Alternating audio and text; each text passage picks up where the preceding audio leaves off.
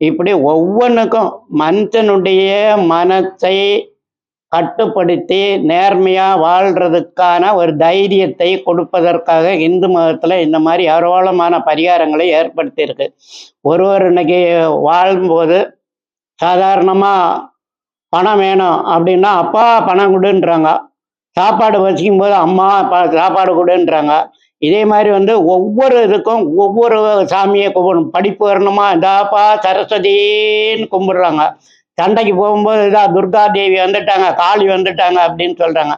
இது எதுக்காக இப்படி நிறைய கடவுள் பேரெல்லாம் வச்சு கடவுள்லாம் இது பண்ணோன்னா அந்தந்த நேரத்துக்கு மனிதனுடைய மனநிலையை உறுதிப்படுத்தி அவங்களுடைய சைக்காலஜிக்கல் அடிப்படையில் அவங்களுடைய செயல் வீரத்தை ஏற்படுத்துவதற்காக வேண்டிதான் இந்து மதத்தில். ஆனால் கடவுள் ஒன்று தான், அதுக்கு சந்தேகமே கிடையாது.